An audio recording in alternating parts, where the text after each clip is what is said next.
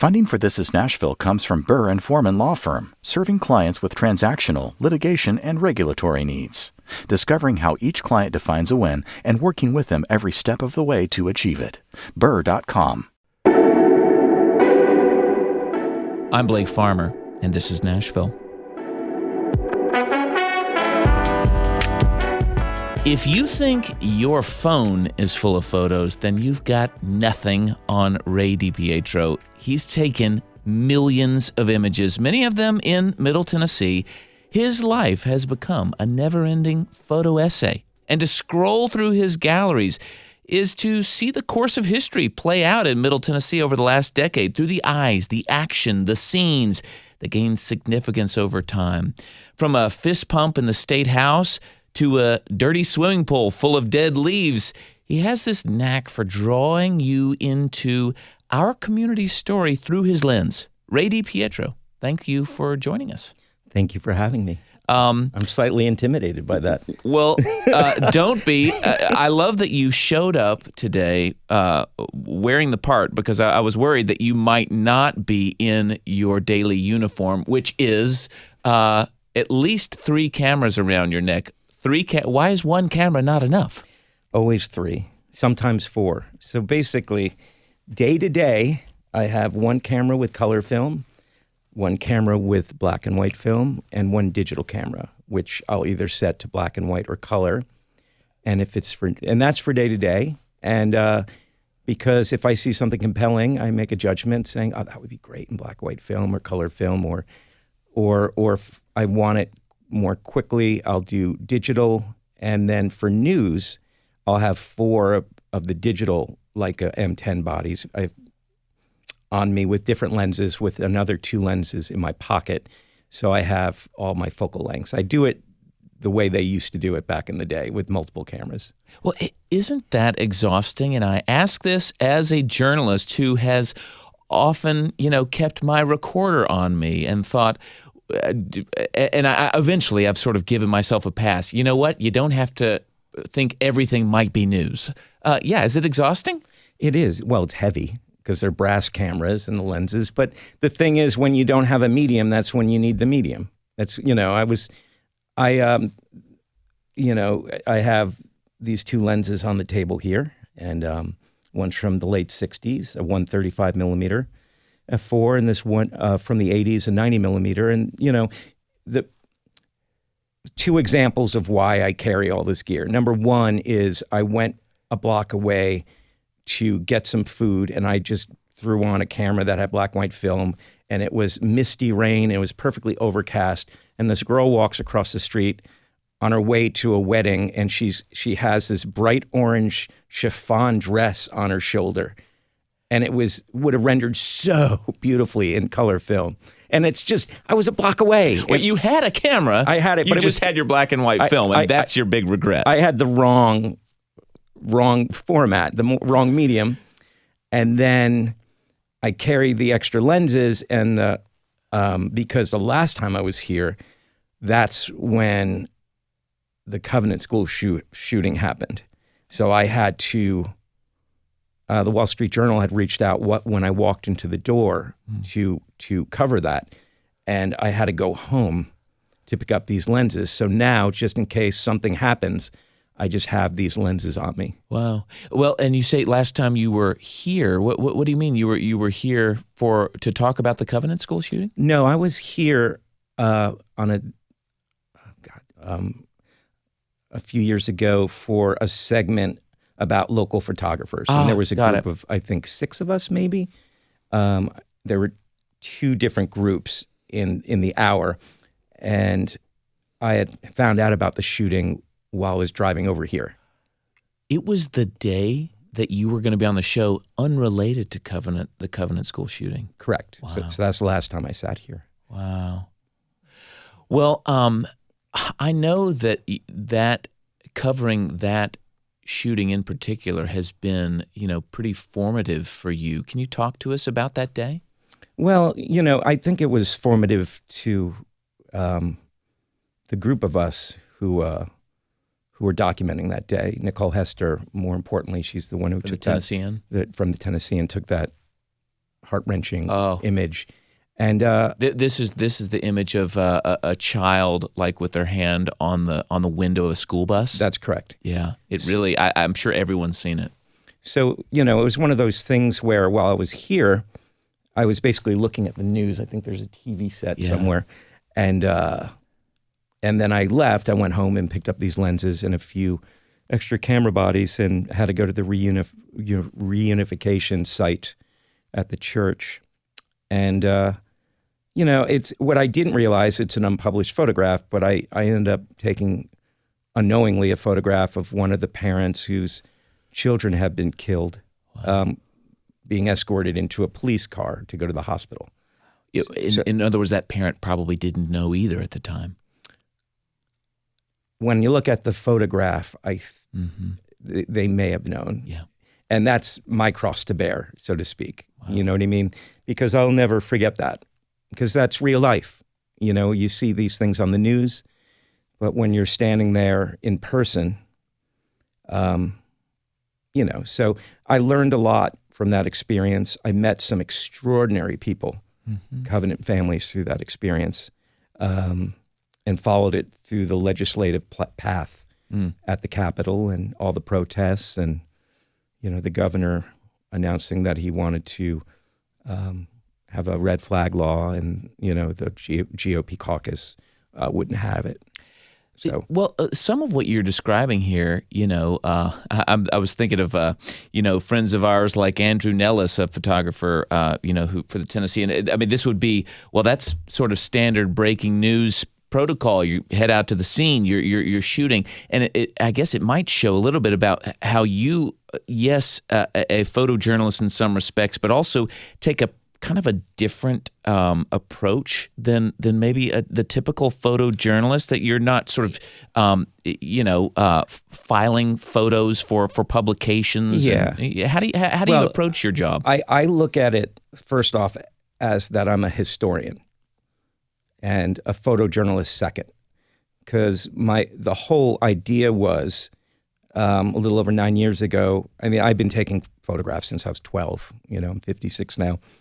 And I just decided that I was going to document everything I could to show what was happening around me. So if I was gone, if I died tomorrow, you would know, or 50 years from now, what was happening. And I do capture a lot of the mundane in my series of photographs. I think it's a lot of that is in film, moments in Nashville captured on 35 millimeter film where I run into random people or there's just random things. And I love the mundane because the mundane is just as important as the dramatic.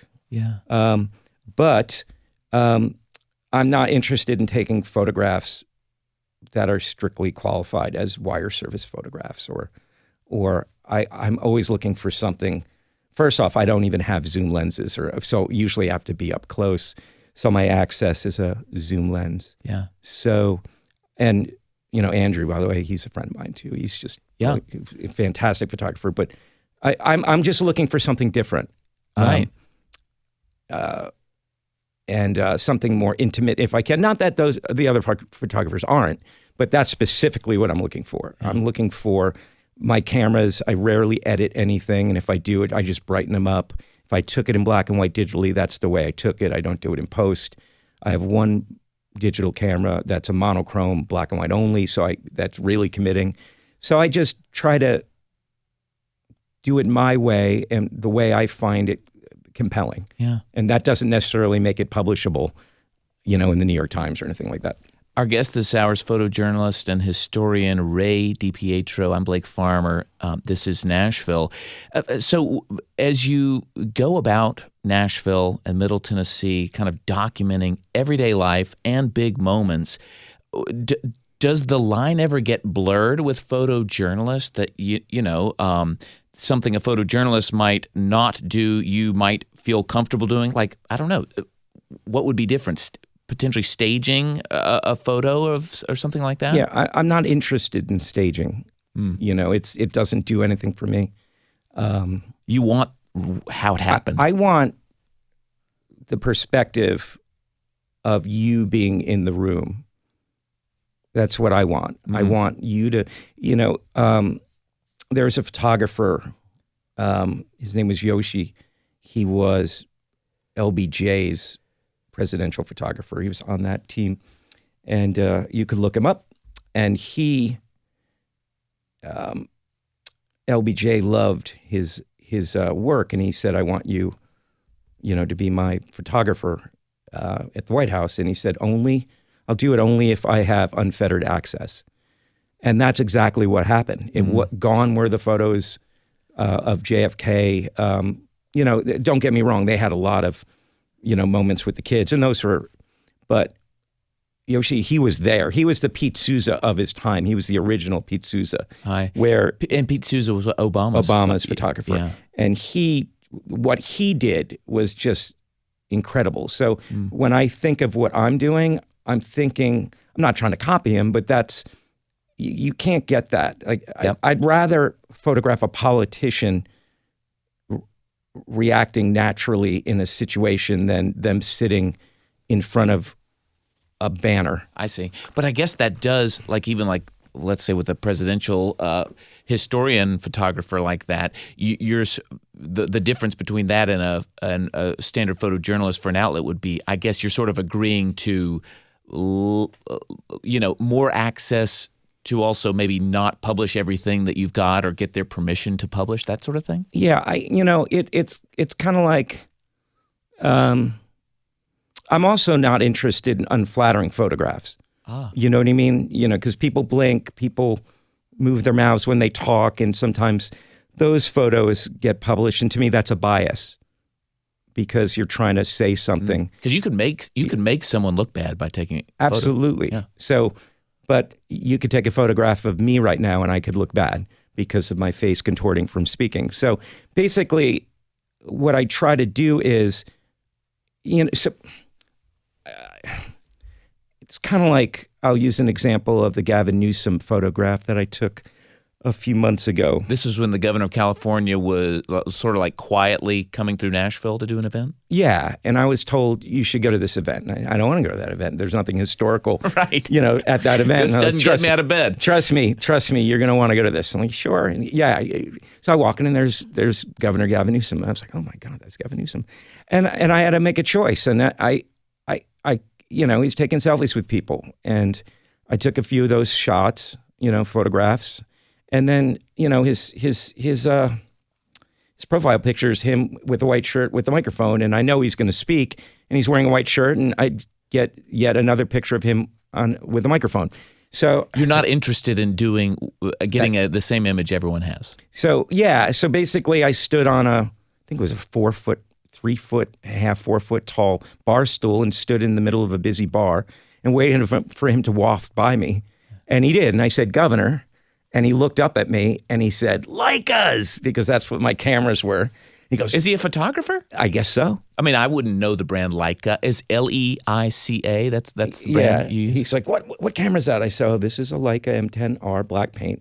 "What lens is that?" And it's a 1.4 Summilux FLE SVH. I'm like, "Let me show you what it does." So he just looked at me and I got the photograph. And the thing is that, and then people were taking pictures of me taking the photograph because I'm 5'6.5" and he's 6'3", and I'm hovering over him in a busy beer garden or bar or whatever. And the thing is, to me, that was compelling, and if you look at it, it's on my website and on my Instagram, but to the left, there's one of his staff recoiling, like, what the hell's happening?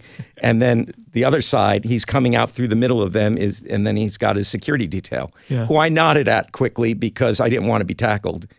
But it made it more interesting. Yeah, that's what I'm interested in. Yeah, and I'll take high ground, or I'll get on the ground. Any type of, I love angles. Right. I've seen several of your photos of prominent people who's like from the ground up as they're maybe talking to other people, which it's an interesting view of them. What to you makes an image compelling? Well, I think first off, the situation in that you're documenting, because it is a document. It's specifically a document. I'm trying to not make something that it isn't either. You know what I mean? Yeah.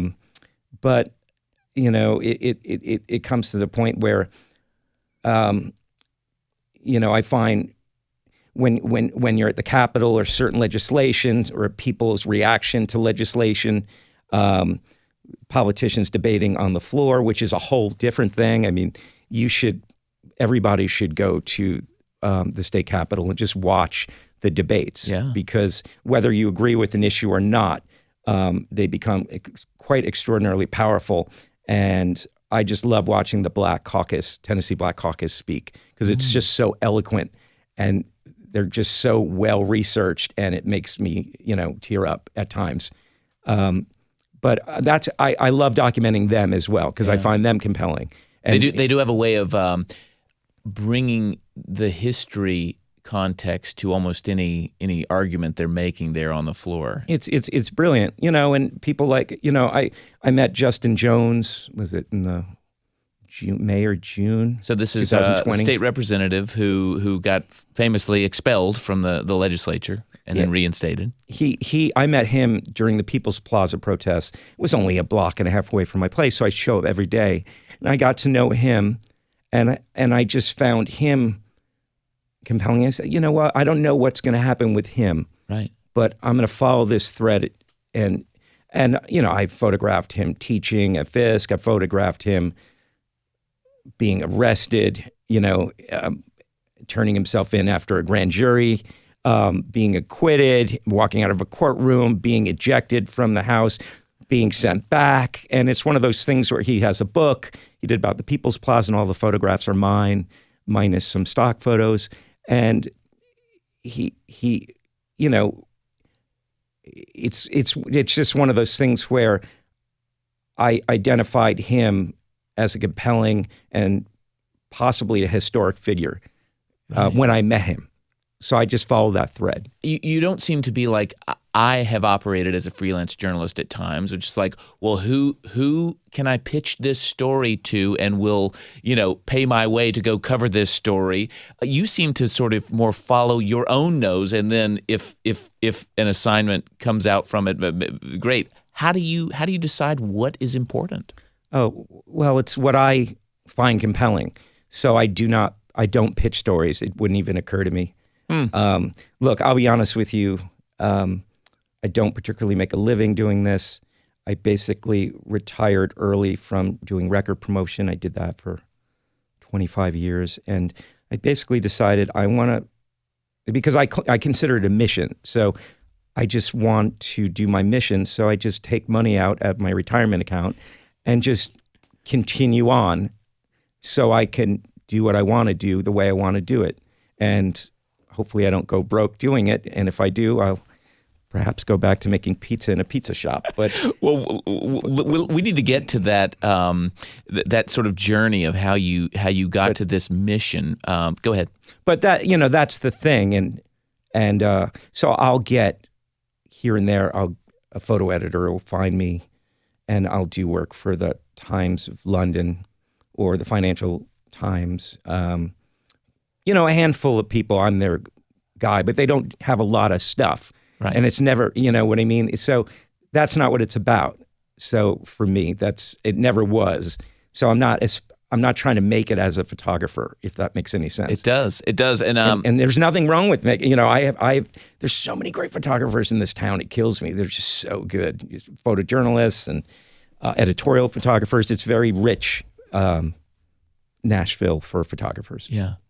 Well, let's take this quick break. We'll be back with Ray DiPietro, talk about that midlife career change that has turned into a mission and made his life into a never-ending photo essay. Stay with us. This is Nashville.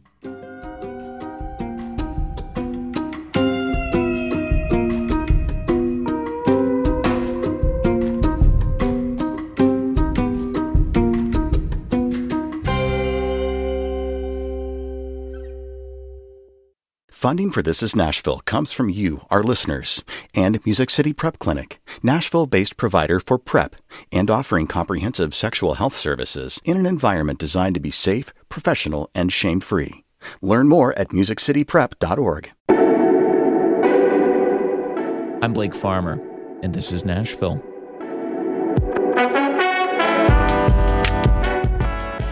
Our guest this hour started taking photos as a preteen, but he didn't turn that passion into a career, if you could even call it that, until he'd already had another career in the music business. Ray DiPietro now lives a life taking more photos per day than probably just about anybody in Middle Tennessee. And primarily, he is following his own sense of what is important, what is historic, what is worth documenting.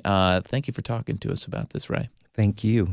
So, let's back up to what drove you to leave this career in radio record promotions. What drove me to leave it? Well, I just didn't want to do it anymore. Well, you called it early retirement. Is that how you were seeing it? Like, I want to go do the thing I really want to do. Look, during the pandemic, that side of things just really, it became a part-time job, to be honest with you, because bands weren't touring. You know what I mean? They changed the schedules, budgets tightened. They let go of just this past year, this year, a few of the people who used to hire me. Their departments don't even exist anymore. You're saying at radio stations? No, record labels. Record labels who need you to promote a band. So I had moved here a little over 22 years ago, and to work for record labels? A record label called Lost Highway. Yeah. So it was a great label. Great staff, very small staff. Our boss, Luke Lewis, was wonderful, and great roster of artists. And so after, I think, 7.5 years there, they basically let everybody go, and I just did it independently for them and a few clients. And over time, you just lose into, I've been working in music since I was 16 at a record store, and I worked in radio. And so it was one of those things where I thoroughly enjoyed it until I didn't. And so I've always have been interested in history and then politics via, I think I was 9 years old, the Iranian hostage crisis. And that's when I found out what politics were. I see. You were like aware of that this was a political story as much as a hostage situation. Yeah, because we had teachers who would say, we watched, Jimmy Carter's inauguration in school, or I had a teacher even later, maybe 81, 82, I was 11, maybe. He would say, you know what, the problem with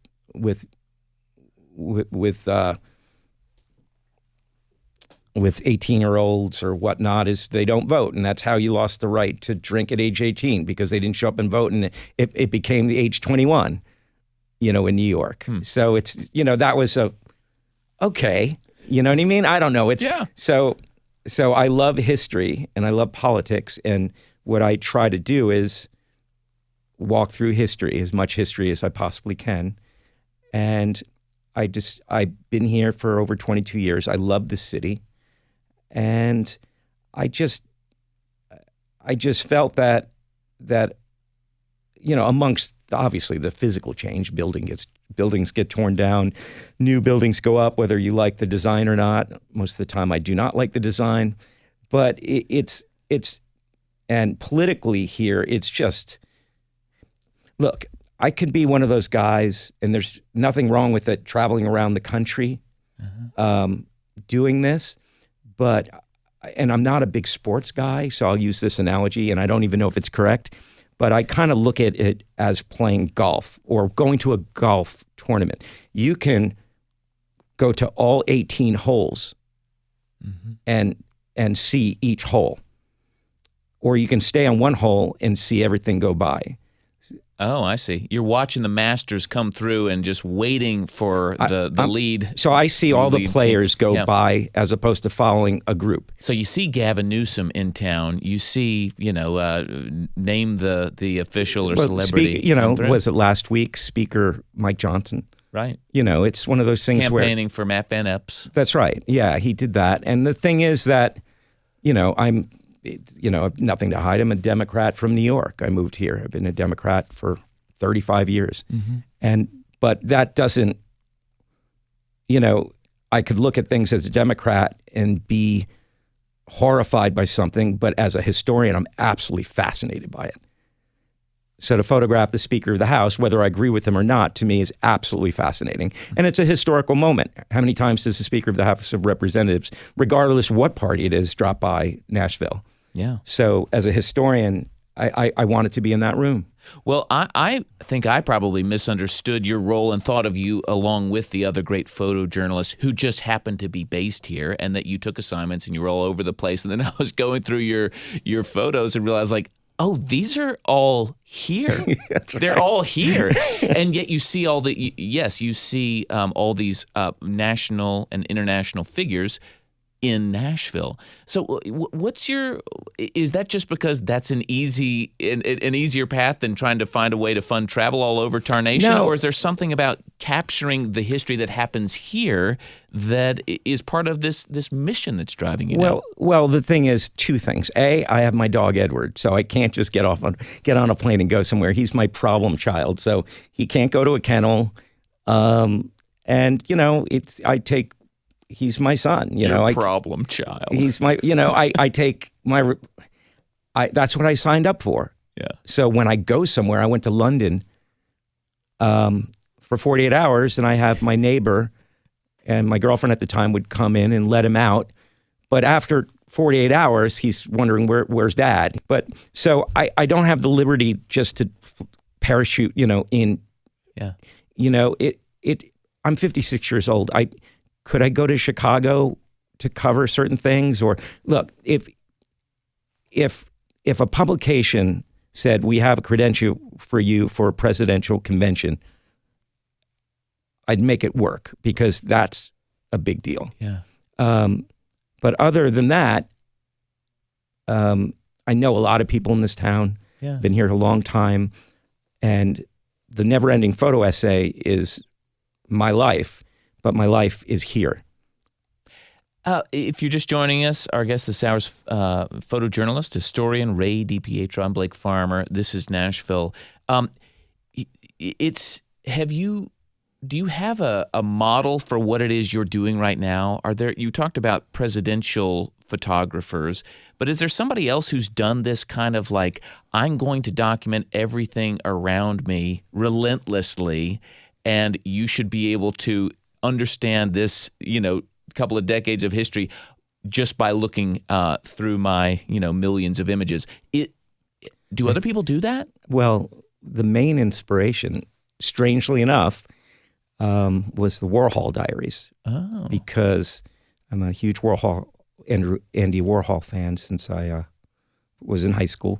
And I read his diary, and it's not unlike any other diary, but what I found really interesting was, and that's what my Instagram is, and, it's life, daily life, mundane, major event. Yeah. Mundane, major event. Ran into a movie star somehow, chatting over coffee like Michael Shannon, whatever. I would never just photograph him. I just, got to talking with him every time I see him in town. He comes in. He sits in one seat at a coffee shop, I sit at the other, and we chat. And I'm like, I'm going to take your picture again. He's like, oh, sure.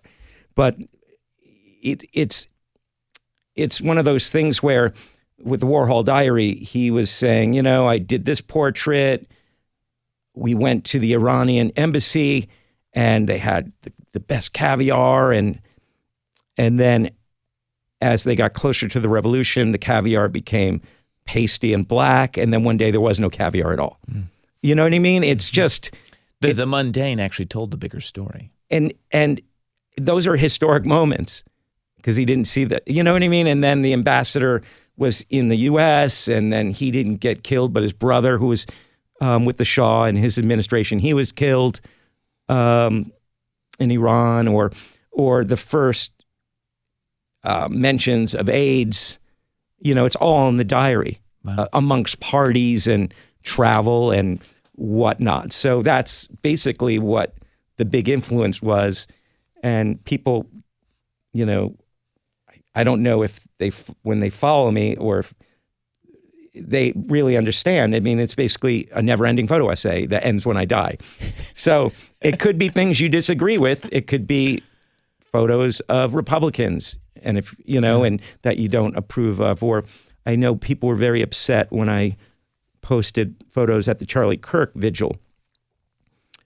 I went there. Was this a vigil that is obviously here in town? In Franklin. In Franklin, okay. And the thing is, for me, there was only one way to mark that event, which was to go to the vigil, because it is a part of history. I see. I agree with Charlie Kirk? Absolutely not. You know what I mean? It's not my cup of tea, but it's still an important moment in United States history and history of the state and and history of the area. So that's how to represent that amongst a mundane major event. Yeah. I don't editorialize. I don't say vote for this person. I say this person's out here. Yeah. You know what I mean? This is what's happening. Yeah. And if, some people get angry and write comments and unfollow me, that's fine. That's to each their own. Well, and I suppose that is the journalistic part of what you're doing. Even though you are open about your own political views, the journalistic part is, I'm documenting here. I'm not trying to make one side or the other, whatever that means in that context, look bad or good. Yeah, these are things that are happening, and I'm an extraordinarily curious person. I want to see it. I want to see it. If I can be in a courtroom, I want to hear the judge and I want to hear the lawyers. If it's debating policy, I want to be in those rooms. I think it would surprise people how easily you can get into things. Like what I'm revving up to ask about here is like how you introduce yourself, how you get access to things when you're not necessarily working for a media outlet or like, oh, I need my media credentials. I mean, a media credential is just some badge that we've made, here. But it really carries a lot of weight in an emergency or in, all sorts of things. How do you introduce yourself when you are really not on a particular assignment except for yourself? Well, one of my favorite recent events, and to me was a historic moment. Their Hermes store opened. It's for Nashville as a city, that's a big deal. I have a penchant for Hermes ties. I usually wear one. So I'm not familiar. Hermes is a designer? Yeah, it's a French fashion house. They started out making saddles. And it's just extraordinarily high quality. And they opened a store in Nashville. They opened a store next to Pastis in the same Mays Hosiery factory building next to Soho House. I see. So Libby Calloway, we had lunch one day, and I said, you know what? And she was, she's a brand manager, and they hired her to kind of be a go-between for Nashville. And I said, I want to be in that room because to me, this is just as important as anything else in the city's history, because it's a big deal. I mean, it just is, at least to me. So I was the only photographer there outside of event photographers. Mm-hmm. So I just did what I did the way I do it. And I went to the after party, which was in this warehouse they built out, and everything was silk, and Jack White played, and Alison Mosshart along with the band that were Hermes artisans. So that's actually sometimes what gets you in the door, is that this is part of a body of work that I intend to be historic. Yeah, and that's the point of all of it. But that said, sometimes I contribute to the Nashville scene, or sometimes a major publication. But the body of work is the most important thing. So if I was asked I've been asked to do work where Apple reached out recently to do something, and it was really interesting, but I couldn't do it, and it ended up never happening anyway. Mm-hmm. But I had to pass because they wanted to own the work, so it's called a buyout. Yeah, so you won't do that. I will not do that. So if I take 5 million photographs and 50 are owned by a major corporation, I'd never, to my dying day, I would be angry with myself for not owning 50 photographs. Not that they're worth anything. They could have been about a thing that you don't even consider historic, but you want to own all of your photos. But that example would have been historic, because it would have been, they wouldn't tell me what it was, and I'm not going to do a buyout for that. So if it's a publication, the ones that I've dealt with, it's always licensing. Yeah. Is that a special deal, or that you have to negotiate, or are most publications a photographer still owns their photos? No, Now, you know what? The ones that I deal with, they're licensing, just generally. Wire services are different. But, I just got an email, from the Wall Street Journal, hey, if you've done work for us in the past, we've changed our guidelines, and now it's a co-ownership of the work. So if they ever called me again, I'd have to pass. But even a co-owned image would be not your deal. No, because chances are I'm going to be there anyway. I see. So for the mission, so to speak. With the sort of photography skills that you have and the portfolio you have, and you clearly are on a mission. We're going to talk a little bit more about that. We've got a few minutes left with Ray DiPietro, a documentary photographer, historian who is helping us see Middle Tennessee through his eyes. Stay with us. This is Nashville. Funding for This is Nashville comes from you, our listeners, and Music City Prep Clinic, Nashville-based provider for PrEP, and offering comprehensive sexual health services in an environment designed to be safe, professional, and shame-free. Learn more at musiccityprep.org. I'm Blake Farmer, and this is Nashville.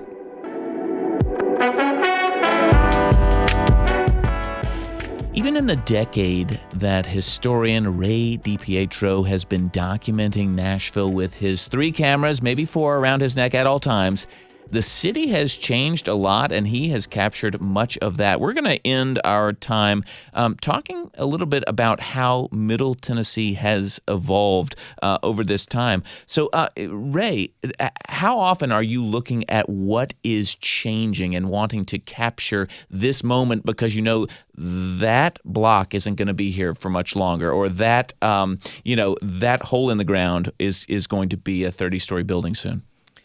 I should do actually that more often. I used to do more of that, especially when it really started changing. Yeah. I have, the corner? It's Church Street. There was a milk plant. I don't know if... Oh, yes, I know what you're talking about. I think it was a Dean Foods plant that was... that they raised, and they're building condos or whatever. Yep, right by the interstate in Church Street, I think. Yeah, and what I did was... how am I going to make this interesting? So right, it's just a building that looks like it might need to be torn down. Well, and at that point it was torn down. I have pictures of the building from a few years previous, but what I did was I purposely did a double exposure, whereas I took a picture of a U2 poster. It was white with black letters. It was lyrics from it was like 3 years ago, whatever song they had out. Yeah. And then I took the film out and rewound it and put it back in the camera. And while I was in my car at the light, I took a picture of that raised site before they put up all the fencing, and have the lyrics kind of represented what was happening. Right. So I kind of did it that way to make it at least a piece of art, yet a piece of history. So I have to... There's things that I go by, I got to photograph that because that's not going to be here. Right. Like once they put a fence around something, it's curtains. It's over. Well, what's kind of on your Nashville bucket list, so to speak, that you keep kicking yourself for not having photographed yet? I'm very weak on sports. Uh-huh. And you said it's not of particular interest, right? Yeah, but I am interested in the soccer team. And I think the stadium is beautiful, and I find the team compelling, and I'll watch soccer, and but I'm more interested in documenting in the coach talking to the players in the locker room, which is I'd probably have a better chance of playing tennis with the Pope, but being that I have besides knowing Soccer Moses, nothing to... Well, listen, Soccer Moses can part waters for you, okay? It's something like that. Things I love doing. I love doing my New Year's Eve photo essay. I'll run around town. On New Year's Eve? On New Year's Eve, and just with either the black and white only. So I have 5 digital bodies and 5 film bodies. So I'll bodies go out... is in camera bodies. Camera bodies. Yeah. So this year... I'm going to go to Old Crow medicine shows. I'm going to get a pass just to walk in for 10 minutes and take a picture to include them. Oh, that's just to be part of the essay, not because you're going to camp out with them all New Year's Eve. No, I just want to represent them because this happens. It's part of the city. Yeah. You know, it happens every year at the Ryman. And so, I don't know. I have to go back and take pictures of buildings being built. Other than that, I just keep on going on. And every morning I throw on my cameras and I feel like I'm my 15-year-old self who opened up a photography magazine that I bought, and it had a Nikon ad that said, "We get the world's worst assignments," or something like that. And the cameras are all beat up. And I was like, that's really interesting. You want to have some scars. Truly, when you wake up in a morning where there's not anything in particular, you almost have to get out into the world to make things happen. How do you sort of go out looking for material? Well, I don't, it's like the segment started. My 3 mantras are, the only thing you can control is the work, so do the work. So you got to do the work. Mm-hmm. You can't control if anybody likes the work. If anybody responds to the work, that's not relevant to me. It's of no consequence. What matters is doing the work. Secondly, it's all about showing up. And you can do one hell of a series of your apartment if you want, but after a while, you gotta leave. You gotta show up, whether it's 2 tulips on the ground, on the sidewalk, or it's a historical event. There's something out there. Yeah. I'm not particularly looking for anything, but I'm looking for everything, if that makes any sense. Which sounds a little exhausting, but your point about showing up is interesting because it's true in journalism generally. So much of what we do can be done remotely. Even covering an event of some kind, you can do remotely. But there is always something, not just something. It's always a world of difference if you show up. Yeah, I mean, especially if you're a writer or a journalist, you can't get the smell from watching the live stream. You can't touch things. You can't get the facial expressions. Same thing with I know what I'm looking for, so to speak. Most people know me from my political and the protest work, and which I thrive at personally. I'm very focused when I do it. I know what I'm looking for. I'm trying to express what's happening to the best of my ability. And I don't know. If you're just joining us, I'm Blake Farmer. This is Nashville. We have just a few more minutes with Ray Pietro, photographer, historian in Middle Tennessee, whose mission is really to have a never-ending photo essay that, as he says, only ends when you're gone. Ends when I'm gone. Does this mean you think about your own legacy, and by that I mean your own material, so your photos can be distributed in the world? Like, where are you keeping these things? Are you planning on donating them somewhere? I have in my apartment. I feel if you're a photographer, you have to print your work. I think it's important to actually see it. How much of it? Well, I get a little obsessive about it. So I have about 400 or 500 prints of photographs that I want to see, and they're 16 by, they're an odd size, 19, and there's a border because they're all full frame. And I print them just so I could see them. And if I take a photograph of somebody that I just think, oh, wow, they'd really appreciate this, I'll gift it to them, and I've gifted photographs to the mayor, and I didn't know about it. One day he's like, "Hey, come by the office. Some of your handiwork's on the wall." And I went to his office, and 4 of the photographs are framed right outside his door, and that was quite an honor. I've given the governor photographs, legislators, just regular, people I run into, and I take a photograph, and I'll reach out and I said, "Hey, I made this print for you. I'd love to give this to you." And why? Let me ask why you do that. Because I feel that I'd appreciate it if somebody did that for me. And to me, it brings me joy because minus doing something that's a tragedy, I find immense joy doing this. And In the future, hopefully, I think I'm working on this idea. So I don't want to. I've sold prints before, and it doesn't make me feel good because that's not why I took the picture or printed it. So what I'm going to do is, I think, because I've lived in cities most of my life, and I've witnessed homelessness for more than half my life, and what I'd like to do is do a show. I have to find the space, and if you want one of the prints, and I think it's going to be my balloon series. I've been documenting balloons for 9 years, because I find them fascinating. You buy them with the best intentions, and then they're discarded or thrown away or whatever. I've got pieces of balloons all over my yard from a recent party. Yes, go on. But but if you want one, it'll be, okay, this large print, the 16 by 20 or whatever. Mm-hmm. If you'd like that, you can take it home with you if you donate to the rescue mission or Open Table or whatever, the 6.